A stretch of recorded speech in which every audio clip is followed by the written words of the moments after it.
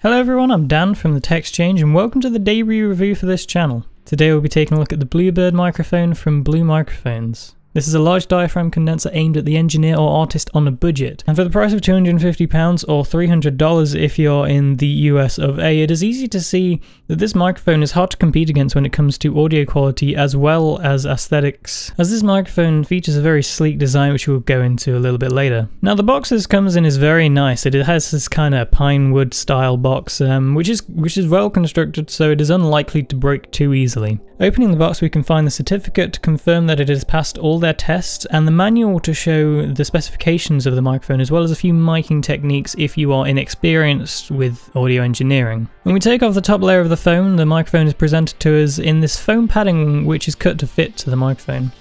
I like this foam as it is kind of soft foam, so it will protect your microphone very well. Taking a quick look at the microphone, we can see that it has this cylindrical body made from a single sheet of aluminium. I like the finish on the chassis. It has a matte coating, however it is a bit gritty, which gives the microphone a bit of sparkle and completely abolishes any fingerprints showing when handled. This is a big plus for the people who like keeping their equipment looking nice. As we look closer at the chassis, we are greeted with the Blue Microphones logo in this kind of gloss gold finish.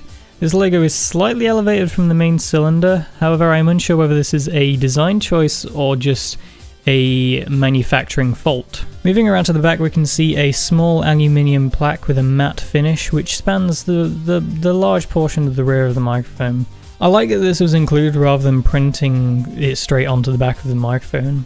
Blue clearly haven't overlooked anything when it comes to aesthetics with this microphone. At the top of the microphone we can see the housing for the diaphragm, and if we look closer, the diaphragm itself is actually visible through the mesh and the 1-inch gold plated diaphragm shows. Although this does look cool, it does present a problem with plosive sounds, but more on that later. A pop shield is included with this microphone, however this shield seems to be purely aesthetical as it only reduces plosive sounds when it's used at a considerable range. A third-party pop shield is crucial when using this microphone on professional recordings. The Bluebird is also shipped with a shock mount which is very sturdy and is made from solid aluminium. The thread where you seat the microphone also has a cloth padding. This is a reassuring feature as it stops the risk of scratching the bottom of the microphone, and for this price point it is very admirable that they have included these kind of precautions to protect the aesthetical design of the microphone. The hinge for the microphone is probably the downfall of this shock mount, unfortunately, because while the hinge looks nice as it matches the rest of the mount, with the handle of the shock mount having solid edges, it makes it uncomfortable to tighten,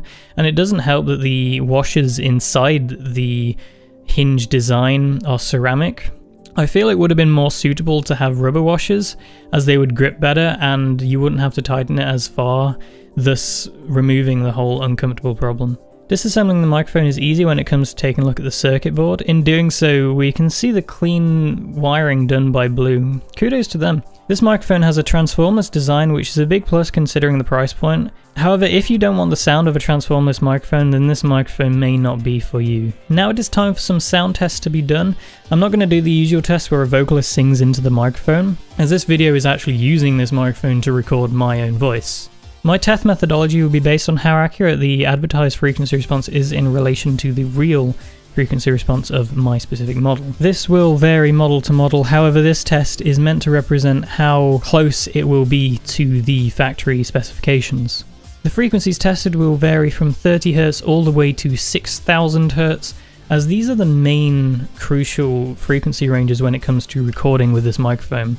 And after these tests with some painstaking mathematics involving averaging and offsetting, here are my results from the test, and I have to say I'm pretty surprised how accurate the frequency response is to the actual advertised frequency response, considering my environment which may have affected the validity of the test. However, how close it is to the advertised frequency response, any differences seem negligible. Overall, I feel this microphone is a great addition to any home studio. With its retro aesthetics and attractive price point, considering all of the features it has as well as a solid build quality, this microphone has a lot of advantages over other microphones within this price bracket. However, the disadvantage of this microphone is that some edges do need to be polished in the next iteration. For instance, the pop shield, which is purely aesthetical, and a third-party pop shield will need to be used in all circumstances, and the hinges ceramic washers, which should definitely be swapped for rubber ones. Overall, I think this microphone has its place on the market, and I won't be replacing it anytime soon. Anyway, that has been my review on the Bluebird microphone from Blue Microphones. Thanks for watching. If there are any suggestions which you want to make, whether that be product testing or a product which you want us to review, leave all that feedback in the comment section down below, and I will see you guys next time.